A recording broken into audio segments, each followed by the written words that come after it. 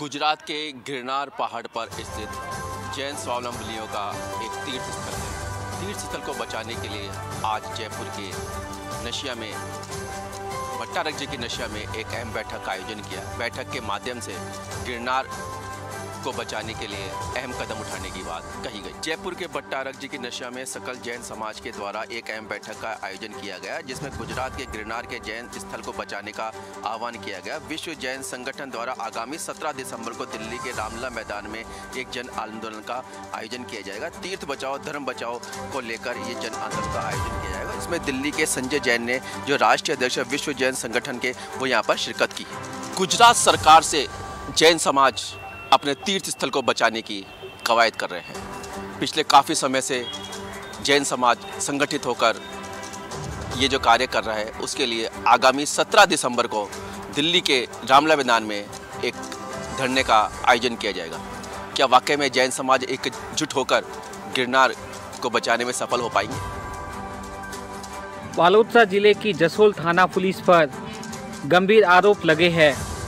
जसोल कस्बे की एक पीड़िता ने पुलिस अधीक्षक से मिलकर जसोल पुलिस पर गंभीर आरोप लगाते हुए उनके ऊपर हुए पेट्रोल डालकर जलाने के प्रयास के मामले को दबाने का आरोप लगाते हुए न्याय की मांग की है।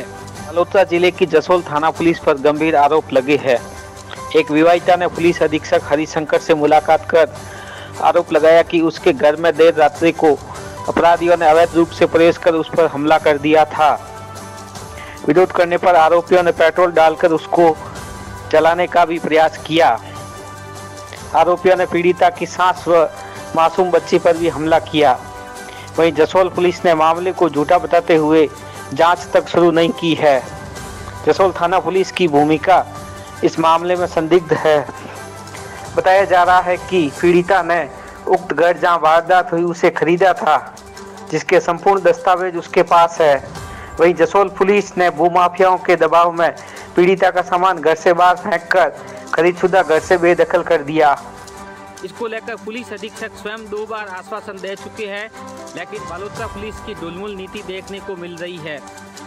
उक्त घटना को लेकर पुलिस के प्रति स्वर्णकार समाज में खासा रोष व्याप्त है। खुदकुदा कॉलोनी में प्रशासन द्वारा अभी तक नहीं निकाला गया गंदा पानी, स्थानीय निवासी हो रहे परेशान। मंडरा रहा है बीमारियां फैलने का खतरा। वार्ड नंबर 3 श्रीरामसर रोड स्थित खुदकुदा कॉलोनी में इस साल में दूसरी बार गंदे पानी की पाल टूटने से कॉलोनी में गंदा पानी भर गया। पिछले 5 दिनों से घरों में के चारों तरफ गंदा पानी जमा हुआ है, जिससे लोगों को परेशानी हो रही है। इस समस्या से जूझ रहे कॉलोनी निवासियों का कहना है कि चुनाव के समय सभी पार्टियां यहाँ आती है और भाषण देती है, वादे करती है, लेकिन जीतने के बाद यहाँ कोई नहीं आता है। लेकिन हर बार क्षेत्र की समस्या का समाधान आज तक नहीं किया गया है। वहीं उन्होंने बताया कि प्रत्याशी जीतने के 5 साल बाद ही वापस यहाँ लौटता है, जिसके चलते स्थानीय निवासियों को काफी दिक्कतों का सामना करना पड़ रहा है। वहीं बता दें कि कुछ दिन पहले खुदकुदा कॉलोनी में यहाँ गंदे पानी की पाल टूट गई थी, जिसकी वजह से सारा गंदा पानी कॉलोनी में भर गया, जो अभी तक नहीं निकाला गया है, जिसके चलते स्थानीय निवासियों को परेशानी हो रही है और यहाँ बीमारियां फैलने का भी खतरा मंडरा रहा है। बता दें कि आज खुदकुदा कॉलोनी के निवासियों ने पार्षद को अपनी शिकायत के बारे में जानकारी दी, लेकिन पार्षद ने यह कहते हुए अपना पल्ला झाड़ दिया कि यूआईटी और नगर निगम में उसकी ही सुनवाई नहीं हो रही है। तो बता दें कि पार्षद की जहां सुनवाई नहीं हो रही है, तो आम जनता की सुनवाई कैसे होगी। किशनगढ़ बार एसोसिएशन के चुनाव शुक्रवार को होंगे, जिसको लेकर सभी तैयारियों को अंतिम रूप दिया गया है। किशनगढ़ बार के चुनाव में 421 मतदाता केवल 3 पद अध्यक्ष, सचिव और कोषाध्यक्ष पद के लिए शुक्रवार को 3-3 वोट देंगे। अध्यक्ष और कोषाध्यक्ष पद के लिए त्रिकोणीय तो सचिव पद के लिए आमने सामने का मुकाबला है। वार्षिक चुनाव में उपाध्यक्ष, सह सचिव और पुस्तकालय अध्यक्ष के साथ कार्यकारिणी सदस्यों के 14 पदों पर निर्विरोध निर्वाचन हो चुका है। अब अध्यक्ष पद के लिए दीपक खटाना, प्रदीप कुमार सिंधी व शिवा पवार और कोषाध्यक्ष पद के लिए महेश मालाकार, नारायण लाल सेन व योगेश जैन के बीच मुकाबला है। जबकि सचिव पद के लिए गोवर्धन सिंह राठौड़ व सतवीर सिंह आमने सामने हैं।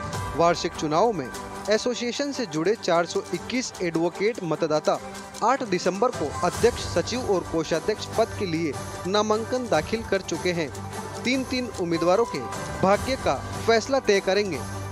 मुख्य चुनाव अधिकारी रविकांत शर्मा ने बताया कि मतदान के तुरंत बाद मतगणना की प्रक्रिया शुरू की जाएगी। निर्वाचित सदस्यों को शपथ दिलाई जाएगी। झुंझुनू अपर कोर्ट संख्या 2 के न्यायाधीश अंकित कुमार ने हत्या के आरोपी अजीत कुमार को आजीवन कारावास एवं 5,000 रुपए के आर्थिक दंड की सजा सुनाई है।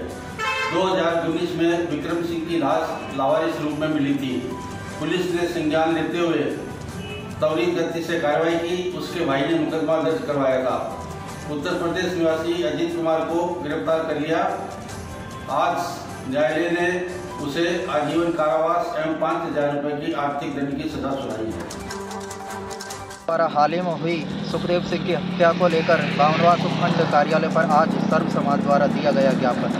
5 दिसंबर 2023 को समाज सेवी श्री राजपूत करणी सेना के राष्ट्रीय अध्यक्ष सुखदेव सिंह गोगामेड़ी की असामाजिक तत्वों द्वारा गोली मारकर हत्या कर दी गई थी।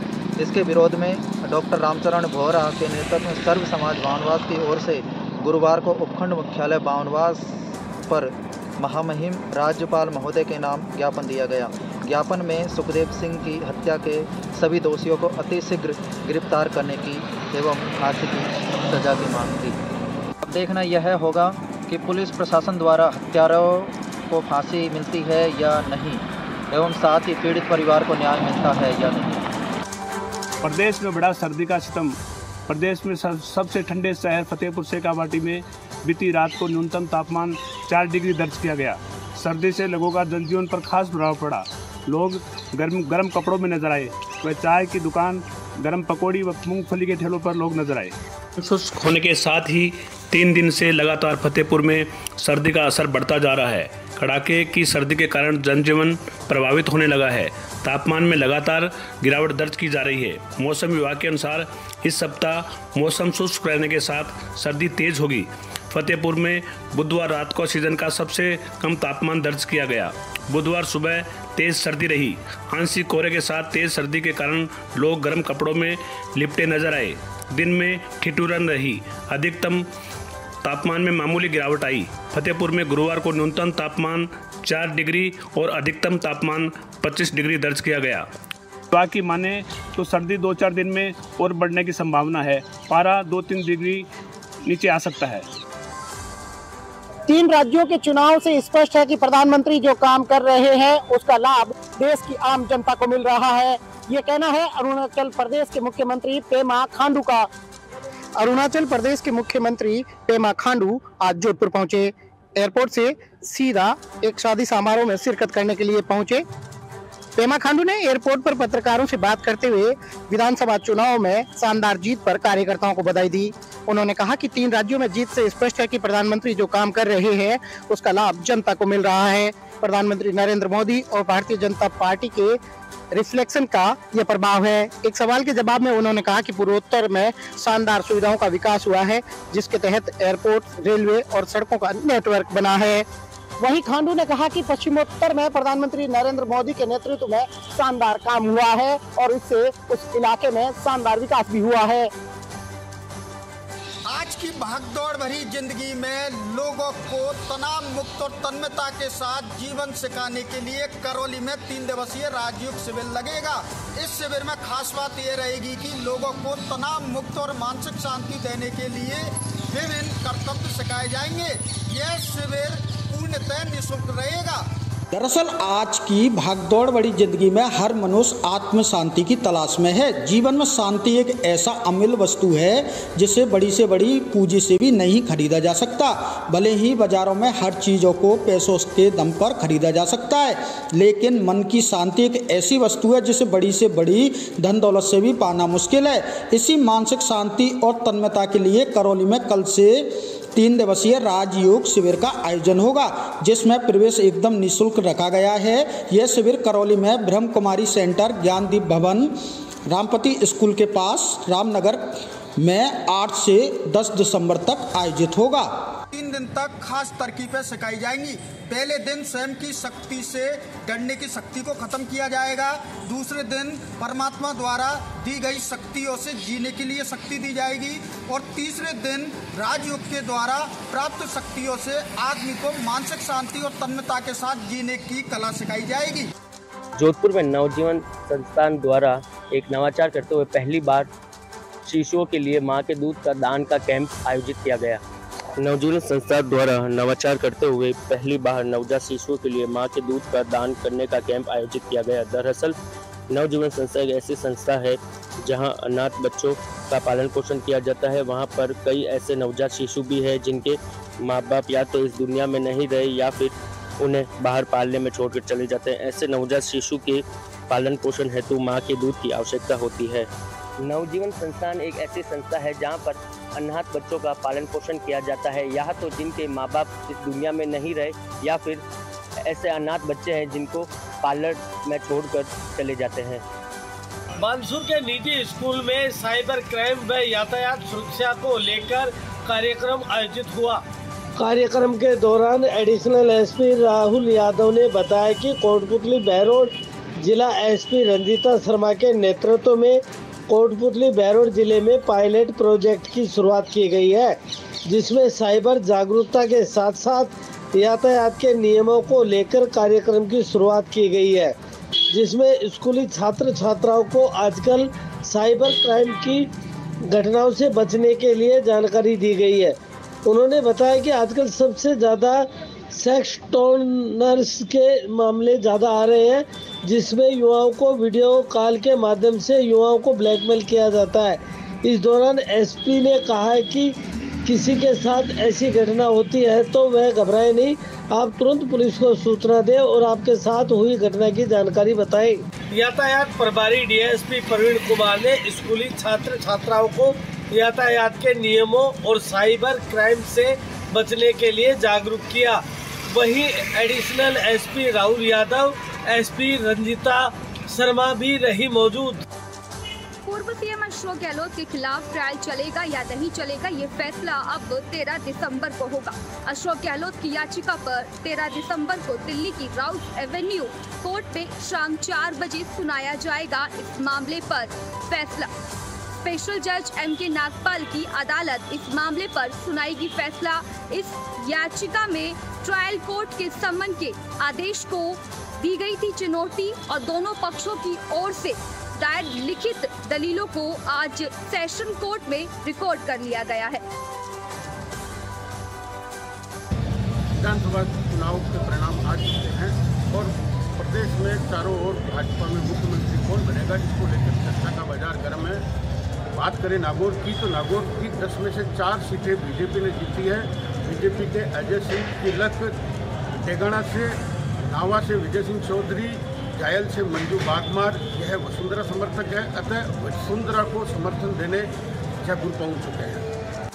नागौर जिले से भाजपा के चौथे विधायक मेड़ता से लक्ष्मण कलरू हैं, जो संगठन के आदमी हैं, अतः संगठन के निर्देश पर ही जयपुर में पहुंचेंगे और अभी वर्तमान में मेड़ता क्षेत्र के दौरे पर हैं। वहीं से तीनों विधायक जायल से मंजू बागमार, डेगाना से अजय सिंह किलक और नावा से विजय चौधरी जयपुर पहुंच चुके और वसुंधरा के संपर्क में और समर्थन में है।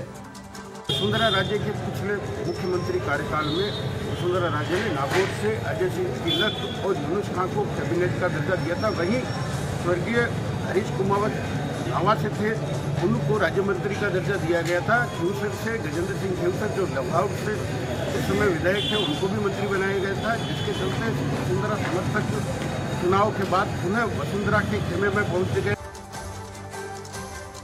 केकड़ी विधानसभा सीट से नवनिर्वाचित विधायक शत्रुघ्न गौतम विधायक बनते ही एक्शन मोड में आ गए हैं। विधायक बनते ही चुनाव के दौरान गुड़गांव के ग्रामीणों से किए गए वादे के मुताबिक शुरू करवाए निर्माण कार्य। गुड़गांव के ग्रामीणों ने विधायक शत्रुघ्न गौतम का जताया आभार। विधायक शत्रुघ्न गौतम के निर्देश पर गुड़गांव में सीसी रोड सहित नाला निर्माण कार्य शुरू होते ही गुड़गांव के ग्रामीणों में खुशी की लहर छा गई है। इस दौरान ग्रामीणों ने शत्रुघ्न गौतम का आभार जताया है। समाचार प्लस के लिए सावर से दिनेश कुमार जांगीर। राजस्थान में अभी नई सरकार का गठन नहीं हुआ है, लेकिन विधानसभा क्षेत्र में बदलाव की बयार चलने लगी है। इसी को लेकर डीग जिले के नगर कस्बे में नगर पालिका ने अभियान चलाकर अवैध रूप से संचालित हो रही मांस की दुकानों को बंद करा दिया है। राजस्थान में कांग्रेस की सरकार जा चुकी है। बीजेपी को सरकार बनाने के लिए स्पष्ट बहुमत मिल चुका है। सरकार का गठन हो उससे पहले ही विधानसभा क्षेत्रों में बदलाव शुरू हो गया है।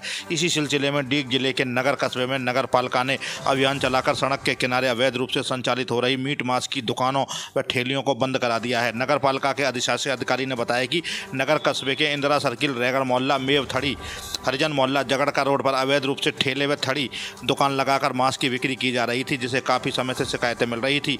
मीट की दुकानें सड़क के किनारे संचालित होने के चलते लोगों को आवागमन में परेशानी होती थी। लोगों की समस्या को ध्यान में रखते हुए नगर कस्बे में विशेष अभियान चलाकर अवैध रूप से संचालित हो रही मांस मीट की दुकानों को बंद करा दिया गया है और दुकानदारों को पाबंद भी किया गया है कि दोबारा से यह दुकानें संचालित न हों। नगर कस्बे में नगर पालिका ने अवैध रूप से खुलेआम संचालित हो रही मांस की दुकानें बंद करवा दी हैं। वहीं अब कामा में भी कोसी चौराहे के आसपास अवैध रूप से संचालित हो रही मीट की दुकानों को बंद करने की मांग भी उठने लगी है। सुखबीर सिंह गोगामेडी की निर्मम हत्या के विरोध में राजपूत समाज और कर्णी सेना के आह्वान पर खेड़ी कस्बा पूरी तरह से बंद रहा, जिसको सर्व समाजों ने और सभी व्यापारिक संगठनों ने समर्थन देकर स्वेच्छा से बंद को सफल बनाया। कर्णी सेना अध्यक्ष सुखदेव सिंह गोगामेडी की हत्या के विरोध में कर्णी सेना, राजपूत समाज, खेड़ी कठुमर के आह्वान पर सभी व्यापारिक संगठनों और शिक्षण संस्थानों ने बाजार बंद कर सहयोग दिया। आज दिन भर खेड़ी कस्बे के बाजारों में सन्नाटा पसरा रहा। वहीं कर्णी सेना और राजपूत समाज के युवाओं ने कस्बे में जगह जगह रोष प्रदर्शन कर आरोपियों को फांसी देने की भी मांग की। आज पंचायती मंदिर खेड़ी पर गोगामेडी को भावपूर्ण श्रद्धांजलि देने के लिए शोक सभा भी आयोजित की गई, जिसमें सर्व समाज के लोगों ने उपस्थित रहकर सुखदेव सिंह गोगामेडी की निर्मम हत्या की निंदा की। इस मौके पर कानून व्यवस्था बनाए रखने के लिए खेड़ी थाना प्रभारी महावीर प्रसाद में जाब्ते स्तर पर भी मौजूद रहे। में आवश्यक सेवाओं को छोड़कर सभी तरीके के प्रतिष्ठानें बंद रहे। इसमें सभी ने सहयोग किया और इसको लेकर पंचायती मंदिर खेड़ी पर सर्व समाज की और राजपूत समाज कर्णी सेना की बैठक आयोजित की गई, जिसमें शोक सभा भी आयोजित की गई, जिसमें सुखबीर सिंह गोगामेडी को श्रद्धांजलि और भावांजलि अर्पित की। वहीं राजपूत समाज और कर्णी सेना ने सभी का सहयोग करने के लिए आभार भी जताया। समाचार प्लस की खबर का फिर हुआ है असर। समाचार प्लस जो सटीक विश्लेषण बताया था चित्तौड़ विधानसभा सीट को लेकर कि जो निर्दलीय प्रत्याशी हैं वो भाजपा ज्वाइन करेंगे, क्योंकि उन्हें बीजेपी और कांग्रेस दोनों ने अपने लिए चुना था, लेकिन पार्टी होती है और पार्टी के व्यक्ति की वापस पुनः घर वापसी हुई है और घर वापसी भी ऐसी हुई है कि राष्ट्रीय अध्यक्ष जेपी नड्डा के यहाँ पर चित्तौड़ के विधायक चंद्रभान सिंह आक्या की घर वापसी हो गई है। जी हाँ, निर्दलीय प्रत्याशी चंद्रभान सिंह आक्या की घर वापसी हो गई है। ऐसा में अब पुनः घर लौटने के बाद में भाजपा प्रत्याशी जो 10 साल से विधायक रहे हैं और निर्दलीय प्रत्याशी के रूप में उन्होंने अपना चुनाव लड़ा था और चुनाव लड़ने के दौरान उन्होंने अपने प्रतिद्वंदी भाजपा के प्रत्याशी ही को भारी उम्मीदवार के रूप में जो आए थे, भारी उम्मीदवार कहला रहे थे, ऐसे में उन्हें कई मतों से चुनावी हार का सामना करना पड़ा। कोतवाली थाना क्षेत्र के बरेलापुरा खेत में काम कर रहे युवक को लगा करंट लगने से युवक की हुई मौत। युवक के परिजन लेके पहुंचे अस्पताल, जहां मृतक घोषित होने के बाद पुलिस ने सबको रखवाया जिला अस्पताल की मोर्चरी में। मामला दरअसल यूं है कि मृतक पवन सुबह अपने खेत पर निकला था। खेत पर पानी देने के दौरान ऊपर से गुजर रही हाई टेंशन की लाइन का तार टूटने से पवन के ऊपर गिर पड़ा, जिससे पवन गंभीर रूप से झुलस गया। उसके परिजन उसे सामान्य चिकित्सालय लेके पहुंचे, जहां ड्यूटी पर तैनात डॉक्टर ने उसे मृतक घोषित कर दिया। फिलहाल पुलिस ने पोस्टमार्टम कराकर परिजनों को सब सुपुर्द कर दिया गया है। मामले की जांच में पुलिस जुट गई है। मृतक के परिजनों द्वारा दी गई तहरीर पर पुलिस ने मामला दर्ज कर लिया गया है। वहीं मृतक का पोस्टमार्टम कराकर परिजनों को सुपुर्द कर दिया गया है। पुलिस मामले की जांच में जुट गई है। बांसवाड़ा सदर थाना के पास मकोड़िया पुलिया पर एक युवक के ऊपर मिर्ची डालकर 2 अज्ञात व्यक्तियों ने लूटमार कर दी। 11,000 रुपए लूट लिए। बांसवाड़ा के महात्मा गांधी चिकित्सालय में उसे भर्ती कराया गया है, उसका उपचार किया जा रहा है। अशोक को पूछा गया जब के उस कैसे घटनाक्रम हुआ, तो उसने बताया कि जब मैं पैसे लेकर एक्सिस बैंक में पैसे जमा कराने जा रहा था, यह पैसे सहायता समूह के नाम से बनाए गए समूह के पैसे थे, जिसको एक्सिस बैंक में जमा कराने जा रहा था, लेकिन 2 अज्ञात व्यक्तियों ने उसकी आंखों में मिर्ची डाली और वो पैसे लूट लिए। लूट के बाद पैसे लेकर भागने में सफल हुए। अशोक को बांसवाड़ा के महात्मा गांधी चिकित्सालय में भर्ती किया गया है, जिसका उपचार किया जा रहा है। सदर थाना पुलिस इसकी छानबीन कर रही है, अशोक से पूछताछ भी कर रही है। किस तरह से घटनाक्रम हुआ उसको लेकर सदर थाना के अधिकारियों ने उससे जानकारी ली है। अब देखना यह है कि ये लूट ये खुलासा होता है कब तक है, और आए दिन इस तरह की लूट जो होती है उसका खुलासा कब तक होता है। बाड़मेर जिले के गुड़ामलानी मेगा हाईवे के किनारे बबूल की झाड़ियाँ होने की वजह से आए दिन सड़क हादसे होते रहते हैं और इसी को लेकर के वाहन चालकों को परेशानियों का सामना करना पड़ता है। हाईवे के किनारे बबूल की झाड़ियाँ ज़्यादा होने के कारण सामने से आने वाले वाहन चालकों को नहीं दिख रहे हैं। ऐसे में रोजाना सड़क हादसे होते रहते हैं। इसी को लेकर के जिम्मेदार अधिकारी है वो ध्यान नहीं दे रहे हैं। वहीं मेगा हाईवे पर टोल वसूली भी की जाती है, लेकिन टोल वसूली के बावजूद भी रेडगोर कंपनी के अधिकारी है वो इस पर कोई ध्यान नहीं दे रहे हैं। गुड़ामलानी मेगा हाईवे के किनारे खड़ी बबूल की झाड़ियां दे रही हादसे को नौता। हाईवे के किनारे खड़ी बबूल की झाड़ियों से आए दिन वाहन चालक हो रहे हादसे के शिकार। वही टोल वसूली के बावजूद भी रेडगोर कंपनी के जिम्मेदार अधिकारी इस पर कोई ध्यान नहीं दे रहे। ऐसे में कंपनी के जिम्मेदार अधिकारियों की मेगा हाईवे के किनारे खड़ी बबूल की झाड़ियाँ हटवाने की जिम्मेदारी है, लेकिन जिम्मेदार अधिकारी मुख्य दर्शक बने हुए। हाईवे के किनारे झाड़ियाँ होने से वाहन चालकों को सामने से आने वाले वाहन नहीं दिख रहे हैं। ऐसे में कई बार हादसे होते रहते हैं। टोल कंपनी अपनी जिम्मेदारी से पल्ला झाड़ने में लगी हुई है, लेकिन इनकी जिम्मेदारी है कि सड़क के किनारे जितनी भी बबूल की झाड़ियाँ हैं उनको हटवाई जाए।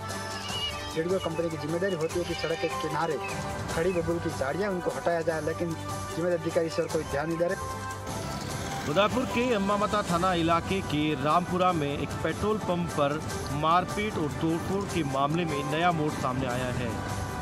पहले जहां एक सीसीटीवी के अंदर पेट्रोल पंप कर्मियों के साथ कुछ युवक मारपीट करते हुए नजर आ रहे हैं, तो वहीं पुलिस जांच में एक और तथ्य चौंकाने वाला सामने आया है। इसमें पुलिस ने बताया कि पहले पेट्रोल पंप पर पेट्रोल भराने गए मोहम्मद सैफी के साथ पेट्रोल पंप कर्मियों ने मारपीट की, जिसके बाद मोहम्मद सैफी अपने कुछ अन्य साथियों के साथ में एक बार फिर से पेट्रोल पंप पे पहुंचा और अपनी मारपीट का बदला लेने के लिए उन्होंने पेट्रोल पंप कर्मियों पर मारपीट की और तोड़फोड़ भी की, जिसके बाद दोनों ही पक्षों की ओर से क्रॉस केस दर्ज करवाया गया है। पुलिस फिलहाल मामले में अनुसंधान कर रही है।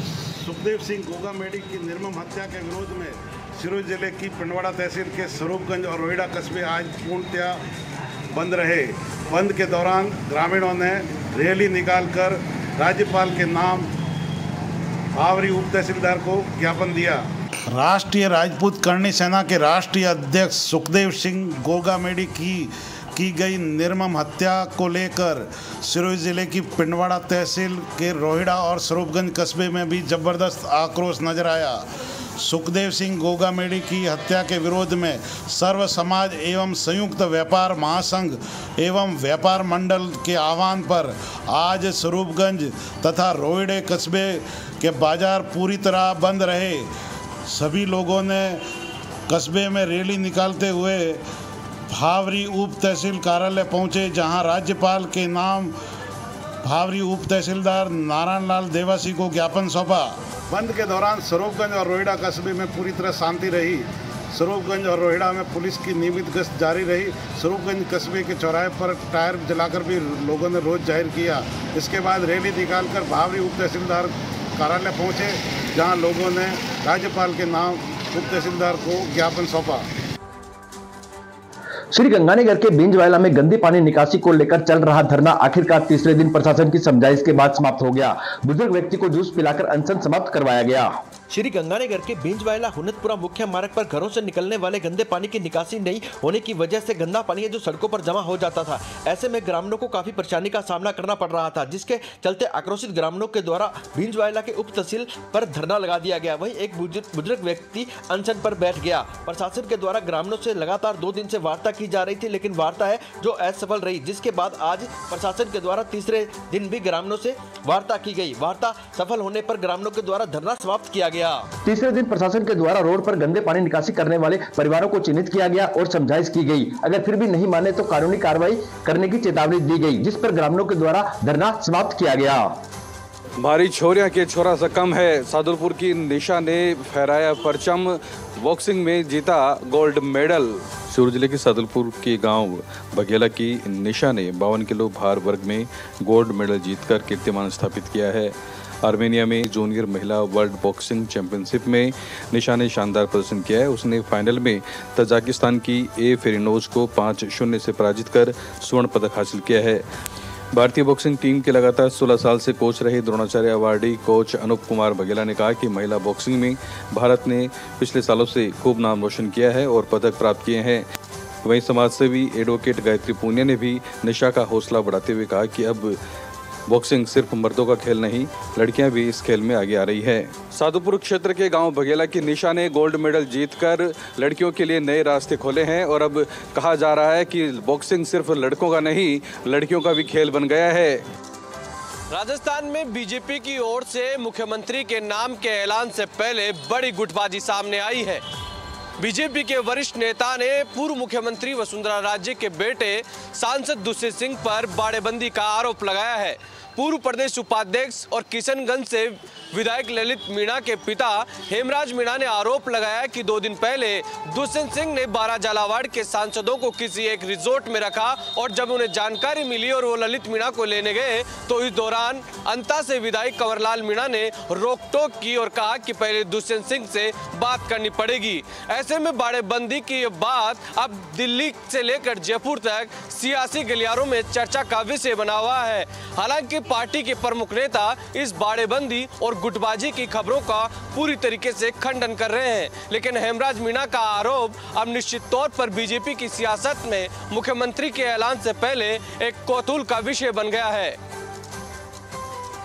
सुमेरपुर थाना क्षेत्र में आज सड़क दुर्घटना देखने को मिली। तगड़गढ़ और केवांजी मार्ग पर एक सड़क दुर्घटना देखने को मिली जिसमें कार ने एक मोटरसाइकिल सवार को टक्कर मारी। मोटरसाइकिल सवार माताजी के दर्शन कर घर की तरफ जा रहे थे। उस समय एक कार चालक ने लापरवाही से चलाते हुए मोटरसाइकिल सवार को उड़ाया, जिसमें मोटरसाइकिल सवार एक की मौके पर ही मौत हुई, एक की इलाज के दौरान मौत हुई। दोनों की मौत होने के बाद एम्बुलेंस की सहायता से उनको अस्पताल पहुंचाया गया और उनका शव सरकारी अस्पताल सुमेरपुर की मौसरी में रखवाया है। पुलिस को ने उनके परिजनों को सूचना दी, मौके पर परिजन पहुंचे। इनका दोनों का शव सुबह पोस्टमार्टम किया जाएगा और मौके से कार चालक फरार हो चुका है। पुलिस कार को जब्त कर और मोटरसाइकिल को जब्त कर थाने में रखवाया। मामला दर्ज होने के बाद पुलिस आगे की कार्रवाई करेगी। सड़क दुर्घटना में दोनों युवकों की मौत हो चुकी है। एक और का बताया जा रहा है, एक तो खिवांजी का बताया जा रहा है। अब पुलिस पूरे मामले की जांच में जुटी है। जयपुर में चल रही अवैध मांसाहार की दुकानों को लेकर चल रहा विवाद कभी थमा भी नहीं था कि भीलवाड़ा में भी ऐसा एक विवाद सामने आ गया। भीलवाड़ा के प्रसिद्ध संकट मोचन हनुमान मंदिर के बाहर एक भिखारी के अवैध रूप से मांसाहार के भक्षण का वीडियो वायरल होने के बाद में नया विवाद खड़ा हो गया है। इस मामले को लेकर संत समाज विरोध में आ गया है। संतों ने इस पूरे घटनाक्रम को किसी देव स्थान को बदनाम करने का मामला बताते हुए पूरे मामले में विस्तृत जांच की मांग की है।